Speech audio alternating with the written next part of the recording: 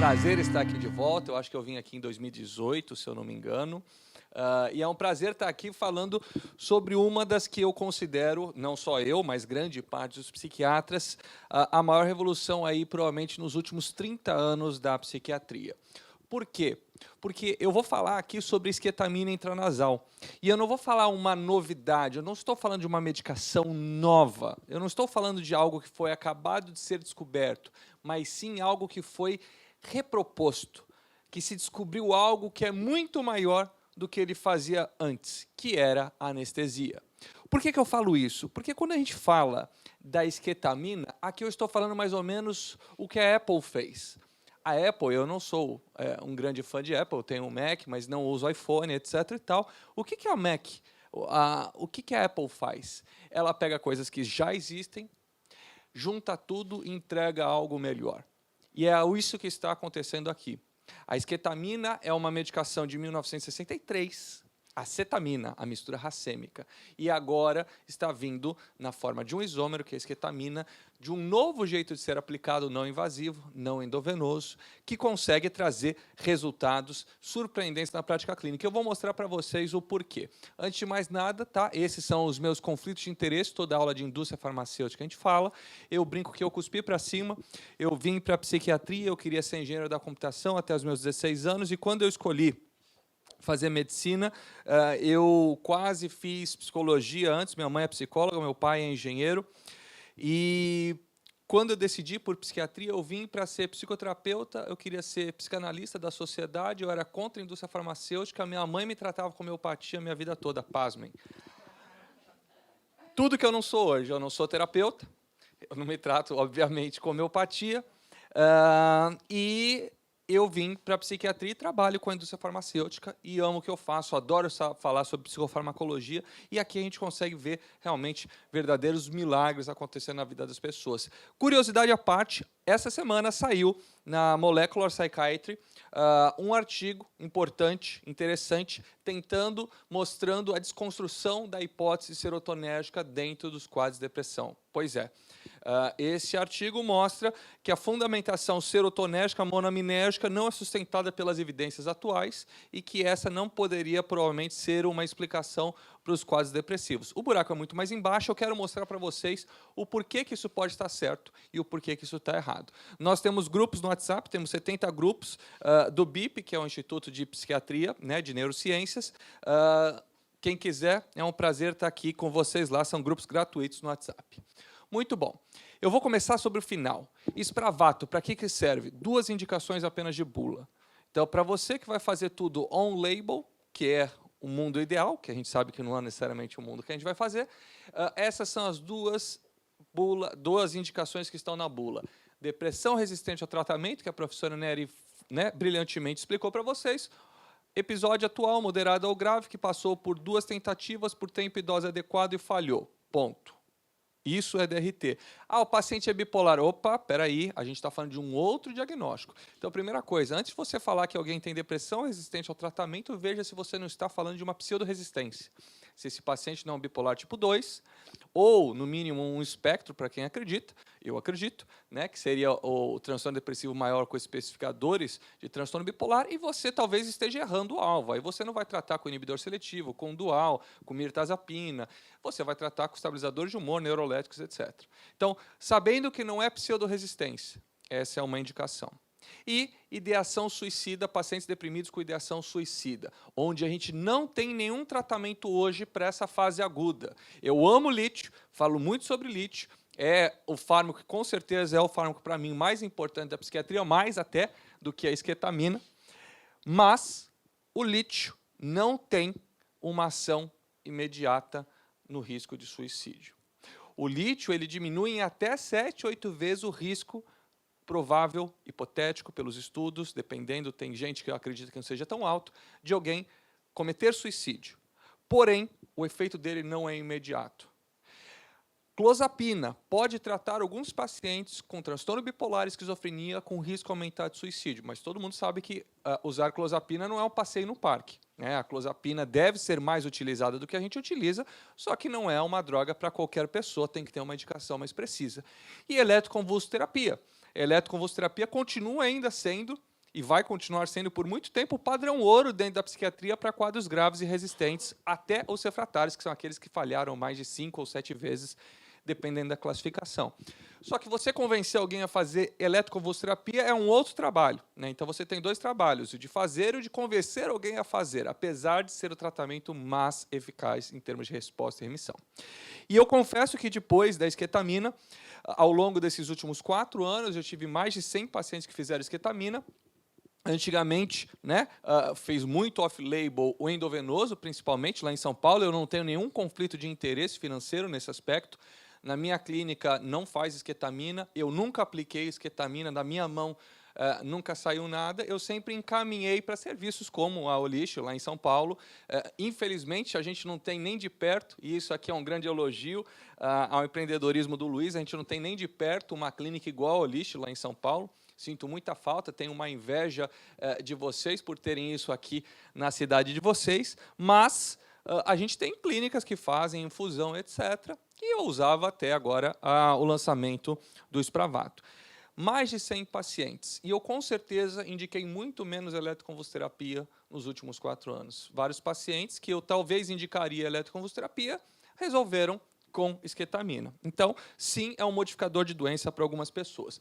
Vou pular algumas coisas aqui que não importam, mas isso importa. Tá? Quando eu falo em depressão, por que provavelmente a gente não está falando na mesma doença? Porque a gente está com um critério diagnóstico muito ruim. DSM-5 e CID-10 ou CID-11, que agora lançou, são diagnósticos ruins, mas são o melhor que a gente tem para hoje. Tá? Por quê? Eles são diagnósticos categoriais. Eu somo o critério e dou um nome de uma doença. Então, quem é psiquiatra aqui, levanta a mão. Se todos nós vemos um paciente aqui na nossa frente com depressão, temos uma grande confiabilidade, todo mundo dá um nome de depressão para esse paciente. Só que se nós somarmos 100 pessoas com depressão aqui na nossa frente, temos uma baixa validade biológica entre uma doença e outra. Ou seja, provavelmente a gente está falando de várias doenças diferentes que a gente dá o nome de depressão por conta do critério diagnóstico categorial.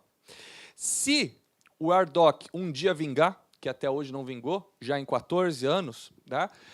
O que ele fala? Ele fala em... O laser é qual? Aqui. Ele fala em domínios e ele fala em sintomas. Infelizmente, eu não trato uma doença como um todo, eu trato os sintomas da doença. Tá? Então, o que a Fabi estava falando aqui, a gente está tratando, indo atrás de cada um dos sintomas residuais para acabar com qualquer um deles que tiver. É o sintoma cognitivo? Vai atrás. É a alteração de sono? Vai atrás. A queda da função sexual? Vai atrás. Tudo isso a gente vai atrás. Mas a gente não consegue normalmente fazer isso com um tratamento só. Provavelmente porque são circuitos diferentes. Se a gente for usar um dia a neuroimagem, são neuroimagens diferentes, são sintomas diferentes, né? São sistemas biológicos diferentes que estão atrás de cada um desses sintomas. E o glutamato provavelmente tem a maior relação com esses sintomas, maior do que a serotonina, do que a noradrenalina e do que a dopamina. Por quê? O glutamato consegue, em 4 a 24 horas, fazer algo que as medicações monoaminérgicas demoram 14 a 21 dias para fazer. Provavelmente, qual é o marcador disso? Provável. Certeza só Deus tem. Qual é o provável marcador disso? BDNF, fator de crescimento neurotrófico cerebral. E o VEGF, que é o vascular. Esse é um marcador que aumenta em 4 a 24 horas com esquetamina e que demora 14 a 21 dias para aumentar com fluoxetina. Talvez a fluoxetina faça o que o Spravato faz ao longo de 14 a 21 dias. Ou seja, a esquetamina, o glutamato, ele pula, faz um bypass provável nessa via toda. Isso é uma hipótese defendida pelo Plínio Casarotto, um brasileiro que mora na Europa, com Eric Castren, e publicou, né, na Nature esse artigo ano passado, mostrando a semelhança num receptor chamado TRKB, TrkB. Por que isso é importante para vocês? Porque aqui muda todo o nosso tratamento. Você não vai trocar o seu antidepressivo padrão por esquetamina, mas você vai adicionar esquetamina no seu tratamento do paciente que não está com a sua resposta completa, ou ainda pior, sem resposta nenhuma. Tá? Então, quando a gente vem aqui, tá, na definição, o que a gente vai mostrar aqui? O que a gente tem, por exemplo, em ideação suicida? Um grande problema. A gente tem fatores precipitantes e fatores predisponentes. E essa população é uma população não atendida. O que seriam os fatores precipitantes com maior nível de evidência? Tá? abuso de álcool e drogas e acesso a meios letais. O que são fatores predisponentes com uma forte associação e uma alta qualidade de evidência? Doenças neuropsiquiátricas e história familiar de comportamento suicida. Mais ainda até do que o próprio tentativa de suicídio prévia. Então, se você tem um paciente, e vocês sabem aqueles caracteres sociodemográficos que trazem risco de suicídio, quais são? Lembrem aí, falem algum. Solteiros, para homens e casados para mulheres. Mas tudo bem. Tá vendo como o odds ratio muda aqui? Então, solteiros, desemprego, extremos de idade, exato, adolescentes e idosos, o que mais? Tentativa prévia, história familiar, viuvez, não ter filhos, não ter religião, ser um imigrante, não estar na sua sociedade, né, com o seu grupo de apoio, não ter família, não ter filhos, ter doença crônica, tudo isso é fator. Então, se eu pegar um homem coreano que veio para o Brasil com 16 anos, está usando álcool, tem acesso a arma de fogo, tem uma doença psiquiátrica, né, em atividade, perdeu o pai por suicídio, e esse menino tem um diagnóstico de uma doença crônica, diabetes, etc. e tal, esse é o padrão A, B e C de risco de internação. Você tem que fazer uma internação imediata para tirar esse camarada do risco. Ele tem que estar aqui numa clínica especializada até sair do risco. Só que a gente vai ter que tratar esse cara. E esse risco não vai sumir de um dia para o outro. Por quê? Mesmo depois que esse paciente sair de uma tentativa de suicídio num pronto-socorro, durante 6 meses ele está com risco aumentado de cometer suicídio. Então, não tem nada pior do que um colega sociopata, cirurgião, ortopedista, num pronto-socorro, que pega um paciente que tentou suicídio e fala que nem para isso ele serve, nem para isso ele presta. E a gente sabe o quanto que atender paciente com reação e tentativa de suicídio traz, né, um sentimento negativo em alguns colegas nossos cirurgiões. Eles atendem com raiva, eles falam que esse cara está ocupando o lugar que não deveria, e eles falam coisas que machucam e que aumentam o risco desse cara sair do hospital agora e, de fato, tentar suicídio. Inclusive, a sua border, que foi lá e foi mal atendida, ela tem risco, sim, de acertar a mão na próxima vez, pular na frente de um carro, ou pular de um lugar alto, usar arma de fogo, etc. Então, mulheres tentam muito mais suicídio porque usam medicação, e homens tentam menos, mas conseguem mais a letalidade porque usam arma de fogo, pular de lugar alto, acidente de carro, etc. Só que o certo é não ter nenhum nem outro. A gente tem que tratar todas essas pessoas. E o início é lento dos antidepressivos e tem uma baixa eficácia. Existe aí na literatura mostrando que antidepressivos abaixo dos 25 anos de idade aumentam o risco de suicídio em algumas pessoas. De 25 a 65 anos parece não alterar e acima de 65 anos parece proteger. Isso é um dado. Qual a minha hipótese de vários outros colegas? Provavelmente, abaixo dos 25 anos de idade, a chance de você ter um transtorno bipolar sem diagnóstico e você fazer uma ativação com antidepressivo é muito maior nesse paciente. Um cara com 25 anos, você já diminui a chance de você ter passado batido. E um cara de 65 anos ou mais, de 70 anos, dificilmente você não vai ter dado um diagnóstico de transtorno bipolar para um paciente. Pode ser que essa teoria esteja completamente errada e não seja nada disso, e seja uma outra via. Mas isso faz sentido pensando que as doenças, no transtorno bipolar principalmente, começam com os quadros depressivos. Em média, demoram quase 15 anos nos Estados Unidos para ter um diagnóstico de transtorno bipolar. Por quê? Porque a gente come bola, o paciente não fala para a gente não faz questionário ativo, não aplica escala, não avalia sintomas, e a gente deixa passar quadros de hipomania ou episódios mistos, que são muito mais brandos, né? Ninguém deixa passar um TAB tipo 1. Qualquer Zé Mané na esquina que nunca viu psiquiatria vai falar que aquele cara está estranho. Agora, no TAB tipo 2, no episódio de hipomania, passa batido, né, durante anos e anos. Muito bom. E o que é hipomania? Só para lembrar, é o que eu estou fazendo aqui, só que a pessoa fica assim, de repente ela não é. Eu sou hipertímico. Então, por definição, nunca me deprimi, graças a Deus, só transtorno de ansiedade. Por definição, eu tenho mais risco, em algum momento, de ser classificado como espectro bipolar, se eu me deprimir. Por quê? Sou um hipertímico. Eu sou assim o tempo todo. Se você não me vê assim, eu sou quietinho, sou calminho, etc. e tal, e de repente eu venho aqui, começo a falar rápido, blá, blá, blá, mexer as mãos, aí, opa, tem alguma coisa errada. Tá? Então, menor necessidade de sono, aumento da autoestima, né, aumento das atividades movidas a objetivos. Então, se exposição a risco sexual, no trânsito, né, menor necessidade de sono, tudo isso são marcadores importantes que devem ser avaliados por nós na nossa consulta. Bom, e aí o que vocês precisam saber da parte glutamatérgica, pessoal? Um neurônio glutamatérgico normal, você tem o glutamato sendo liberado porque não está sendo inibido pelo GABA, tá? O receptor NMDA está aqui em cima, ele não é muito ativado normalmente, eu não libero o GABA. Se eu não libero o GABA, eu não freio o negócio do glutamato aqui, o neurotransmissor, então eu libero o glutamato na fenda sináptica, ativo um receptor que chama AMPA, que é um receptor glutamatérgico também. Esse receptor aqui você vai ter uma série de cascatas de proteínas sinápticas, ativação da via de cálcio, você vai liberar o BDNF, que vai ativar um negócio chamado TrkB, TRKB. Esse TrkB está intimamente ligado com a densidade sináptica, que são chamados spikes dendríticos, as espinhas dendríticas. Quanto mais espinha aqui, mais saudável é esse neurôniozinho aqui. Tá? E você vai ver que um paciente com depressão, tá? Ou um modelo animal com depressão, você tem normalmente uma ativação maior aqui de GABA, maior liberação de neurotransmissor, o neurônio excitatório fica freado, tá? Então você diminui aqui a liberação de glutamato, diminui o receptor AMPA, diminui BDNF, diminui a ativação de TrkB e você faz com que o neurônio fique peladinho. Com esquetamina, e não só esquetamina, outros alucinógenos, exatamente, psicodélicos, em rápida ação, conseguem restaurar isso aqui em 24 horas, começar a crescer brotos, spikes dendríticos. Então, provavelmente não é só a esquetamina que vai ter essa função. Em algum momento, se a gente conseguir extrair derivados, doses seguras, etc. e tal, de outras substâncias que já foram usadas no passado como os alucinógenos, provavelmente a gente vai ter uma nova linha, uma nova modelagem de tratamento rápido antidepressivo para associar com o que a gente já tem. Tá? Nada a ver com o uso de drogas, tá? Pelo contrário, são doses completamente diferentes em outros modelos e outros sistemas. O que a gente tem hoje? Psicoterapia orientada com ação de psicodélico, que é uma outra coisa. Que o cara vai lá, durante a viagem, faz uma ressignificação durante o episódio de psicoterapia e consegue tratar principalmente transtorno do estresse pós-traumático. Aqui eu estou falando de uma outra via, como tratamento antidepressivo de fato.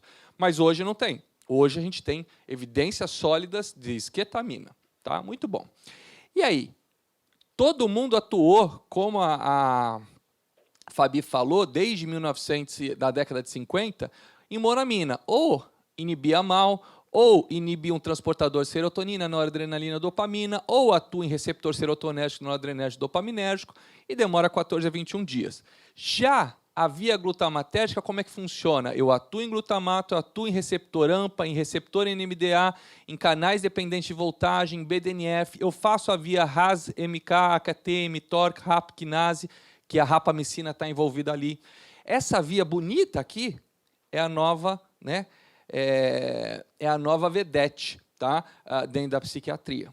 Essa tal de rapamicina aqui, inclusive, já está sendo testada em alguns modelos para tentar estender o tempo de ação da esquetamina. Tá? Não é ainda aprovado, está em fase experimental, mas talvez em algum momento a gente tenha associação de rapamicina com esquetamina para tratamento. Isso é o que a gente chama de psiquiatria intervencionista. Tá? É uma das áreas da psiquiatria intervencionista. Muito bom. E o que é essa tal de esquetamina? Tá? Ela vai fazer um aumento transitório de liberação de glutamato, não é para sempre. A minha vida da droga é muito curtinha. São minutos, tá? 1h30 o paciente já não tem mais efeito praticamente da droga ali no corpo. E este aumento rápido glutamatérgico que parece que faz toda essa cascata funcionar. Então, ele não fica com o efeito da droga no organismo dias e dias. É aquele efeito rápido que parece ativar essa cascata. Eu tenho um aumento do estímulo do receptor AMPA, eu tenho aumento da sinalização neurotrófica e eu tenho restauração da função sináptica. Como? Olhem que bonito. Eu tenho aqui, então, o NMDA. A esquetamina, ela antagoniza o NMDA, então ela não deixa esse cara aqui ser ativado. Se ele não foi ativado, eu não libero GABA. Então, eu paro de liberar GABA. Eu freio aqui. Ó. Se eu não libero GABA, lembra que GABA é um inibidor. Se eu inibo o inibidor, o que eu estou fazendo? Eu estou acelerando esse cara aqui. Então, eu desinibo esse neurônio glutamatérgico, porque eu freio o freio. Tá? Então, lembra, menos mais menos, na matemática é mais. Então, eu ativo aqui, e aí eu libero mais glutamato por um tempinho, ativo esse AMPA, ativo o BDNF, RAS, RAF, MAP, quinase, blá, blá, blá, blá, blá, blá, e aí eu aumento a formação sináptica aqui. Essa é a teoria, tá, por trás principal desse modelo. E por que a esquetamina? Então, lembre-se o negócio, eu tenho cetamina, que é a mistura racêmica de esquetamina, S-cetamina, e arcetamina, que é R-cetamina. Qualquer mistura racêmica é isso. Então, citalopram é mistura racêmica de arcitalopram, R-citalopram, e escitalopram, S-citalopram. Escitalopram, 10 miligramas, equivale a quanto de citalopram?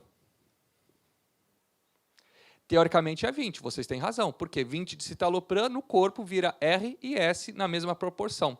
Só que, clinicamente, 10 miligramas de S-citalopram equivale clinicamente a 30 a 40 miligramas de citalopram.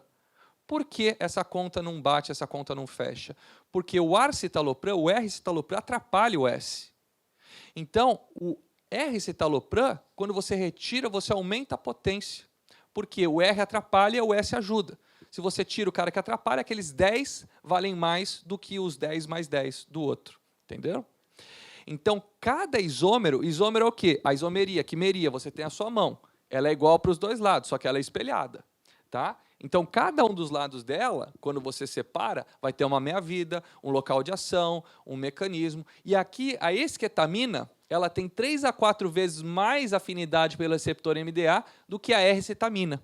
Então, no menor volume, eu consigo antagonizar aquele receptor MDA, teoricamente fazer menos efeito adverso e ter o efeito que eu quero aqui, antidepressivo. Luiz, quer dizer que a arcetamina não funciona? Funciona, parece que sim, no modelo animal funciona. Quem quer melhor? Até agora as evidências falam mais a favor da esquetamina, mas pode ser que um dia venha a arcetamina, que dá mais dissociação, dá mais efeito colateral, mas pode ser que se prove eficaz. Ah, Luiz, eu ouvi falar que na Oliche faz cetamina. Não, ninguém faz cetamina hoje. Quem faz cetamina é cavalo. Tá? Então, medicina veterinária usa cetamina. Medicina humana já usa esquetamina há um tempão. Então, toda vez que vocês falam, algum lugar faz cetamina, não, ele já faz esquetamina. Tá? Então, para uso humano, a gente já usa esquetamina há um tempão por conta desse perfil melhor de efeito adverso. Tá bom?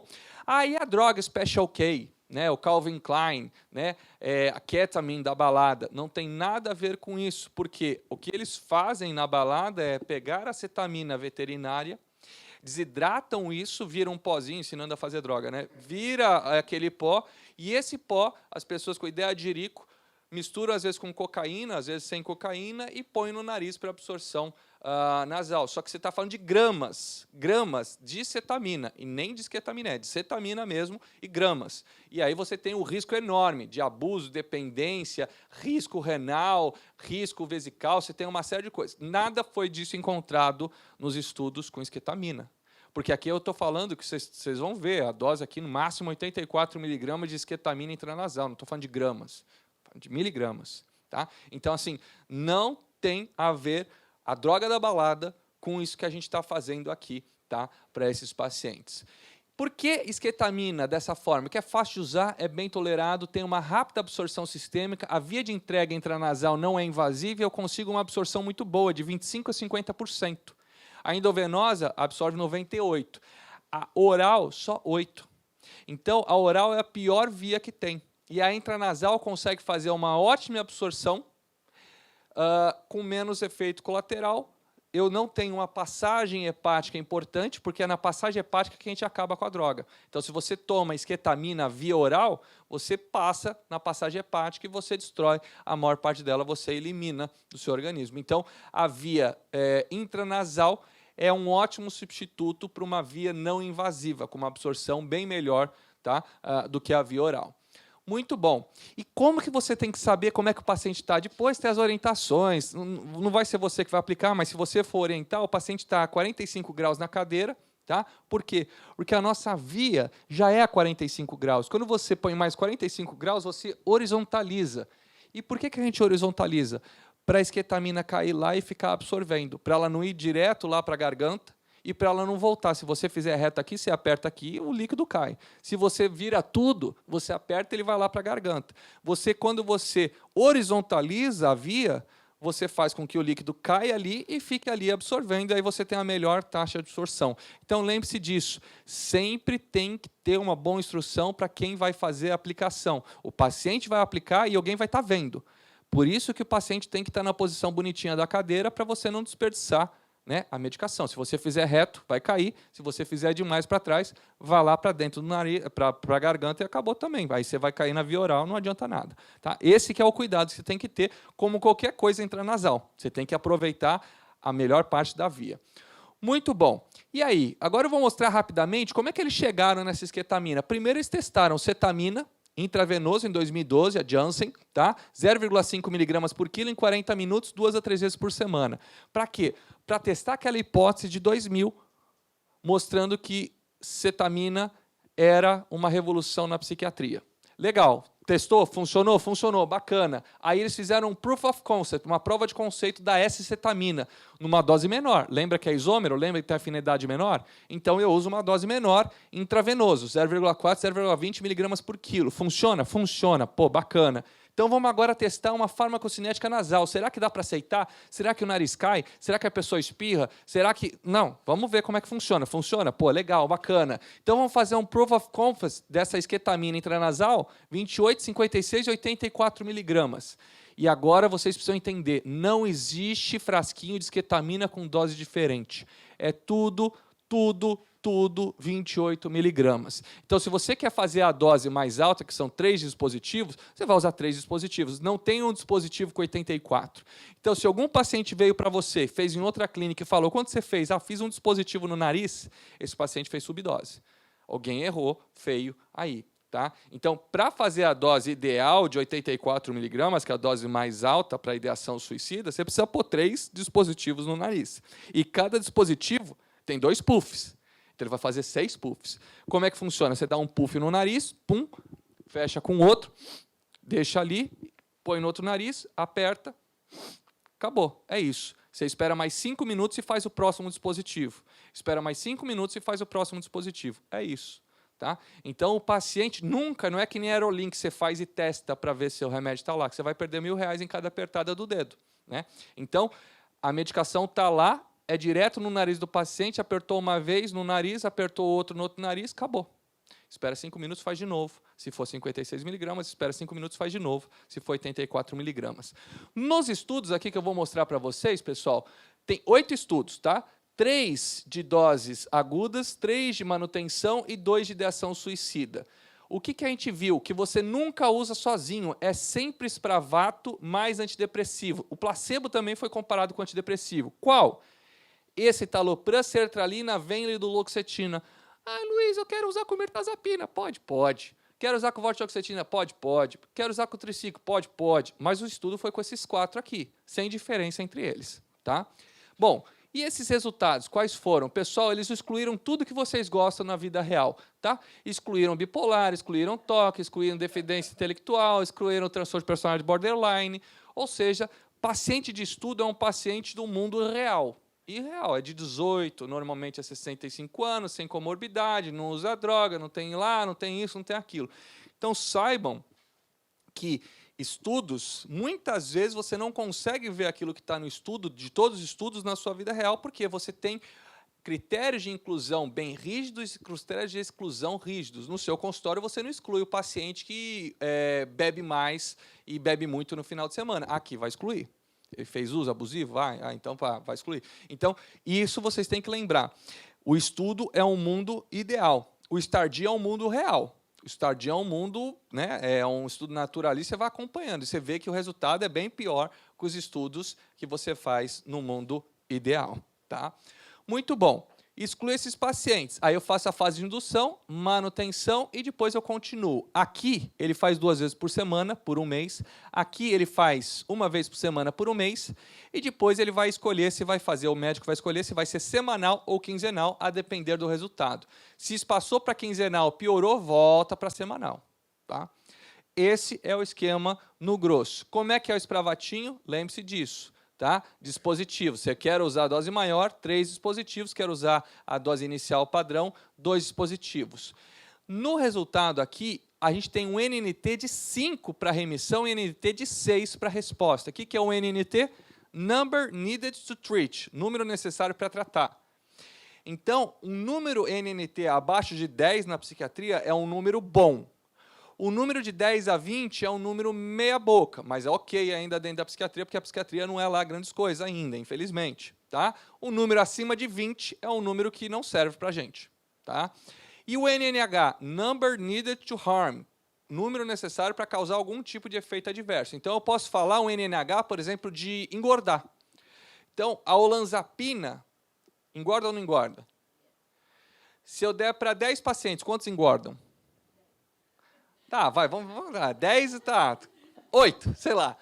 O NNT de olanzapina é ótimo. Então, a olanzapina trata muito bem. Todo mundo gosta de olanzapina, clinicamente falando. Só que o NNH de olanzapina para engordar é baixo. Por que baixo? Porque a cada 2 que eu trato, sei lá, um engorda no mínimo. Então, vai ter um NNH lá embaixo. Então, o meu número ideal é um NNT baixo, ou seja, poucas pessoas que eu preciso tratar e eu já vou dar um resultado legal, e um NNH infinito, altíssimo, porque aí eu não causa efeito colateral nenhum. Então, no mundo ideal, um NNT de 1, NNH de 1000. Ou seja, todo mundo que eu trato melhora e ninguém tem nunca efeito colateral. Isso existe? Não, não existe. Então, a gente tem que se contentar com o NNT abaixo de 10 e o NNH alto. Tá? Isso é o mundo ideal, na psiquiatria. Tá? Então, aqui a gente tem um NNT bom tanto para remissão quanto para resposta. Bem melhor, tá, do que o antidepressivo e o placebo do Spravato aqui.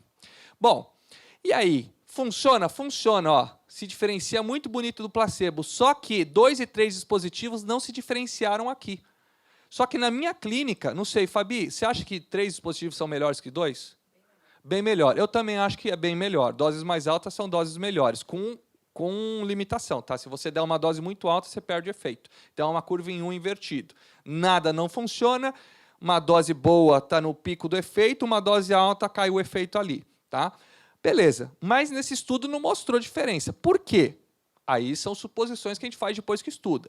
A taxa de descontinuação foi 3 vezes maior, então as pessoas abandonaram mais doses maiores. Por quê? Tratamento ambulatorial, o paciente não está internado, tem efeito adverso, tem mais chance de sair. Um ponto. Talvez o grupo do antidepressivo com placebo foi melhor do que a gente pensava que seria. Mais potente, então o antidepressivo funcionou bem. Lembra que placebo hoje não é mais placebo, pessoal. O placebo está cada vez melhor. O placebo hoje chega a ser mais que 50%. É o grande inimigo da psiquiatria hoje, o placebo. Isso é bom ou isso é ruim? Um número de placebo alto é bom ou ruim? Ruim para quem?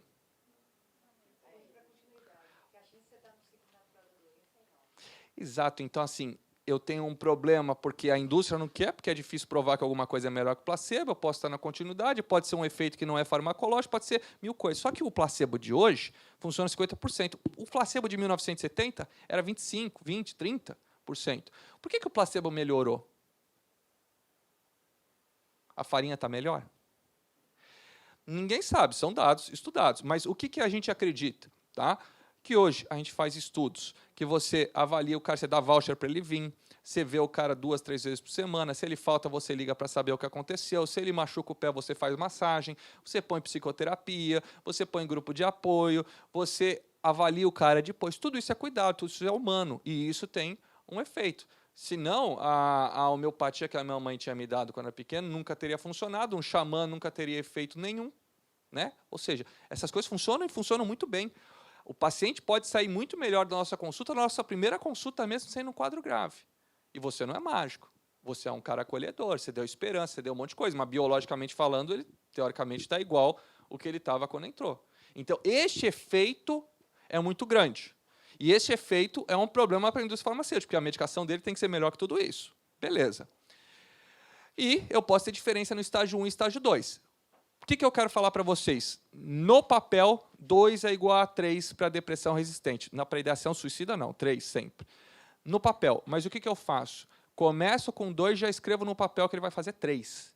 Tá? Que a dose é 3. Para quê? Para eu não ter que pedir uma nova autorização depois para aumentar a dose. Então, você já pede como sendo 3, você só vai fazer 2 na primeira para ver tolerabilidade do paciente. Ah, e se ele ficou bem com 2, está respondendo, pô, maravilha, ótimo, melhor para ele. Mas você já está mirando no 3, para você não perder um tempo e achar que a medicação não funciona depois. Uma dica, tá bom? Muito bom. E aqui em idoso funciona? Funciona também, olha que maravilha.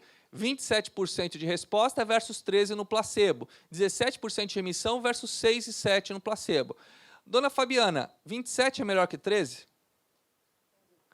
É mais que o dobro? É bom? Pois é. Só continua sendo uma porcaria de qualquer jeito. É bom, é melhor do que o que a gente tem, mas continua um número ridiculamente baixo. Não tem aprovação formal de bula ainda hoje para pacientes idosos. Você pode fazer? Pode. Tá, off-label. Tá? Você não vai pedir para o plano de saúde que ele vai negar, porque aqui não é a indicação. Mas, para esse paciente que é muito difícil de tratar, é melhor do que o que você tem, com certeza, é mais que o dobro. O que é bom para esse paciente? Difícil. Paciente com depressão resistente idoso, eletroconvulsoterapia, acumular, né, neuromodulação, junto com várias outras técnicas associadas, mas é um paciente complicado. E paciente adolescente, tem indicação? Formal de bula, não, mas já tem estudo em andamento, o resultado preliminar até agora é melhor até do que em adulto. Talvez um dia, em breve, a gente tenha uma indicação adicional para adolescente. Hoje não tem. Então, hoje, se você fizer, você vai estar fazendo off-label. E, como tudo off-label, você está no seu risco, tá? Mas a gente faz coisas off-label. Quer dizer, o meu irmão gêmeo faz, eu não faço. Tá? Eu aqui não faço nada. Bom, muito bom. E esse é o dado mais importante que eu queria apresentar para vocês aqui. Olhem só esse número. Se você vem numa resposta estável e troca pelo placebo, você tem aqui, tá? Você está no grupo placebo. Você está resposta estável, você vai ficar 90 dias antes de recair a doença. 3 meses você recai. Se você está com Spravato, você dura quase 2 anos aqui antes de recair. Então, se você está numa resposta estável, você diminui 70% o risco de recidivar. Legal, bacana, mas olha esse número aqui que legal. Olha como é importante o que a Fabi falou do paciente estar em remissão. Se esse paciente chega em remissão, sem Spravato mesmo, com o antidepressivo e o placebo, ele demora 273 dias para recair e nem terminou o estudo, não tinha estimativa de quanto esse paciente ia durar com o Spravato. Então, aqui, 51% pelo menos de redução de risco de recaída. Por isso que é tão importante você ser agressivo e sempre chegar em remissão. Vai atrás da remissão, põe mais coisa, faz mais coisa, é neuromodulação, é psicoterapia, mudança de estilo de vida, dieta do Mediterrâneo, ômega 3, vai fazendo tudo o que tiver para você atingir remissão, porque esse paciente tem menos chance de recair. Muito bom. Dá tolerância? Não. O remédio não perde efeito ao longo do tempo. Tem pacientes que já estão aí vários anos fazendo esquetamina desde o início do tratamento lá nos trials da Janssen. Eu tenho, desses 100 pacientes meus que fizeram, 4 que até hoje fazem esquetamina mensal. Aí você fala, mas por que eles fazem? Estão viciados? Estão dependentes? Não, são pessoas que não estariam aqui nesse mundo, tinham tentativas de suicídio graves, provavelmente iam tentar de novo, e conseguiram remissão completa com esquetamina, Venla, Mirta, lítio, tudo associado. Só que se passa mais de que 1 mês, 20 dias da esquetamina para esses pacientes, os sintomas voltam.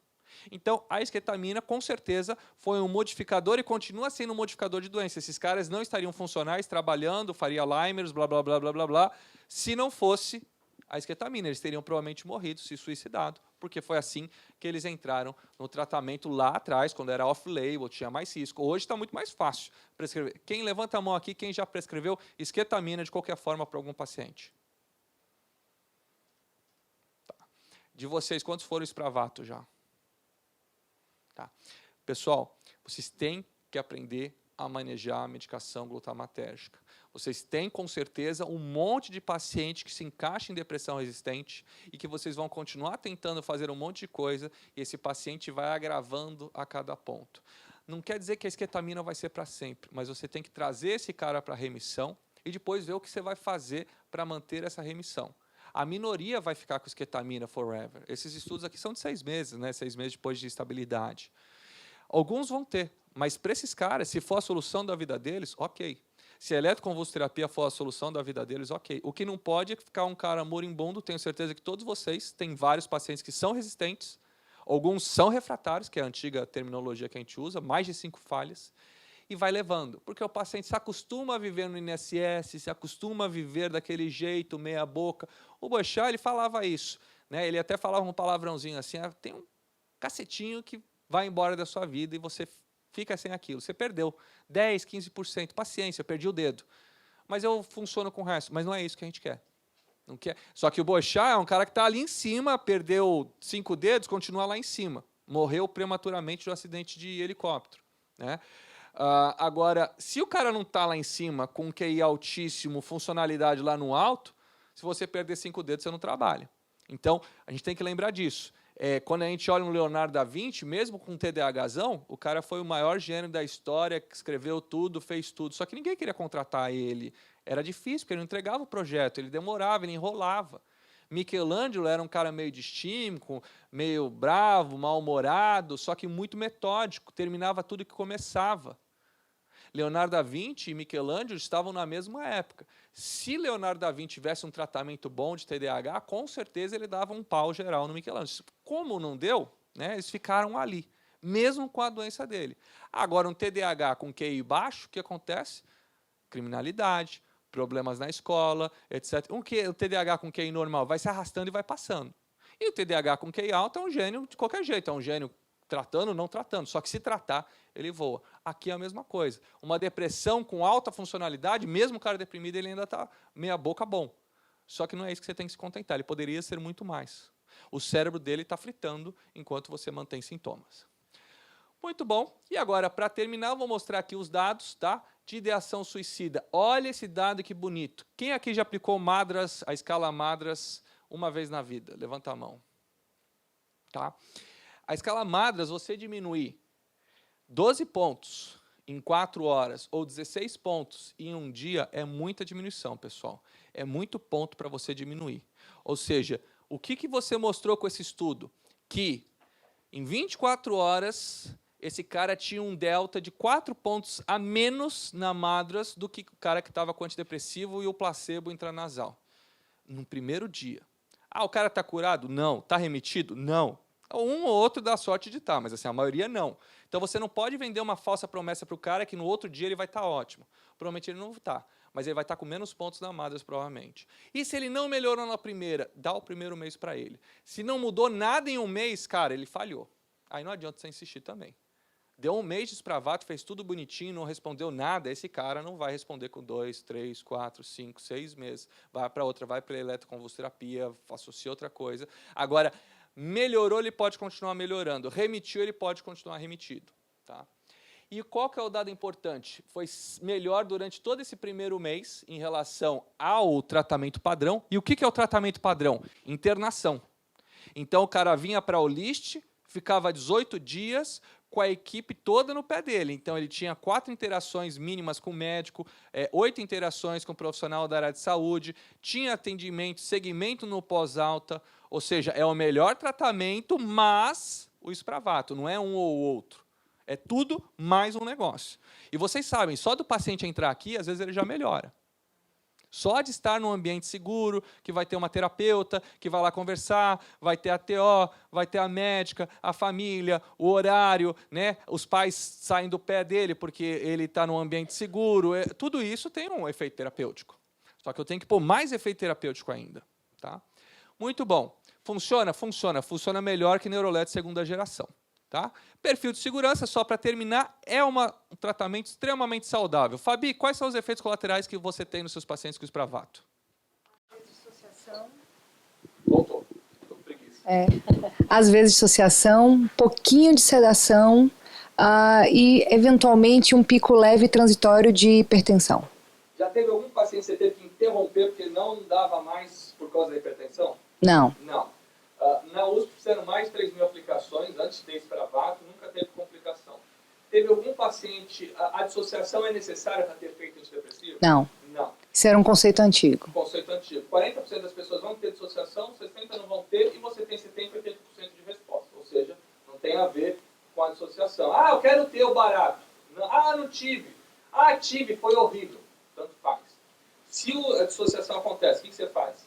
Aguarda. Em geral, um ambiente calmo e tranquilo favorece uma dissociação, se ela acontecer, também favorável. Perfeito. Ou seja, não é com Slipknot ouvindo e não é ouvindo o Jornal da Band também. Tá? Música ambiente, silêncio é ruim.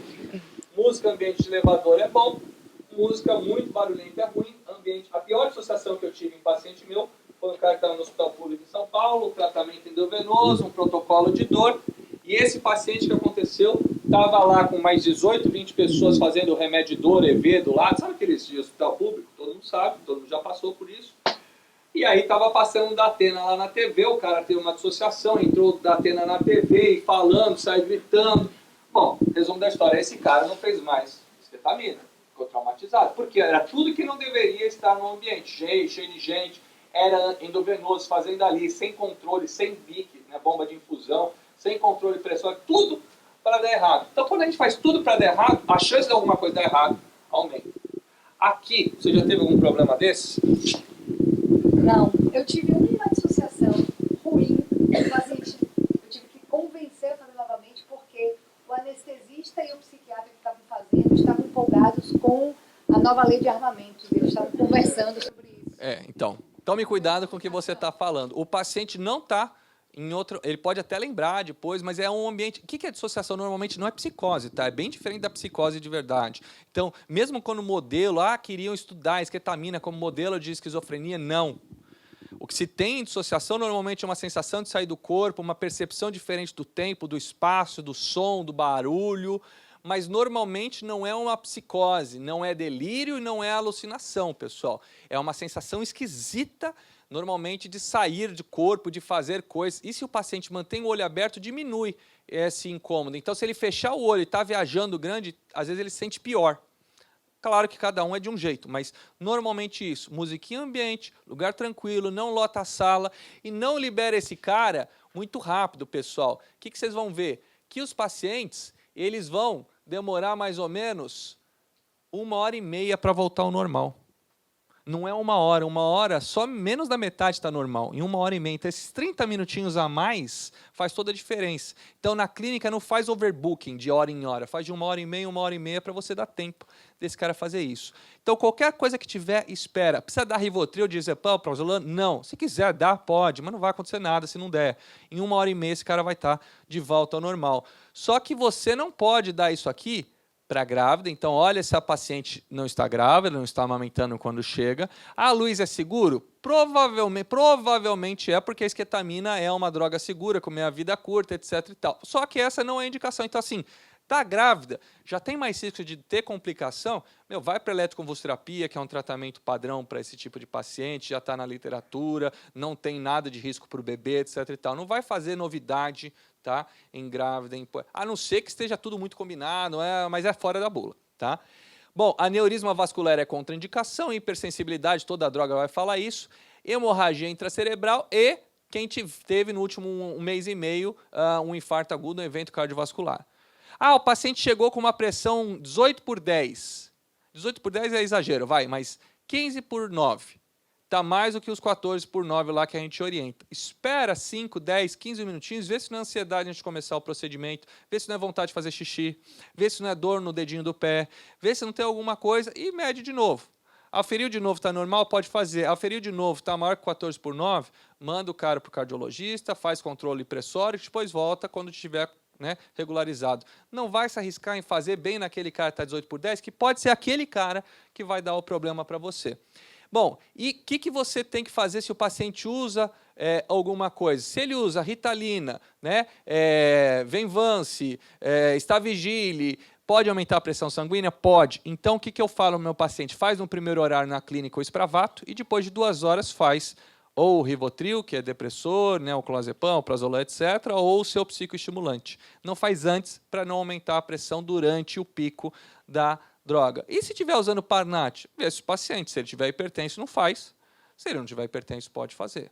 Eu tenho 4 pacientes ao todo hoje. Quem que tem paciente com Parnat hoje aqui tranexipramina? Tá? Então é muito raro. Tá?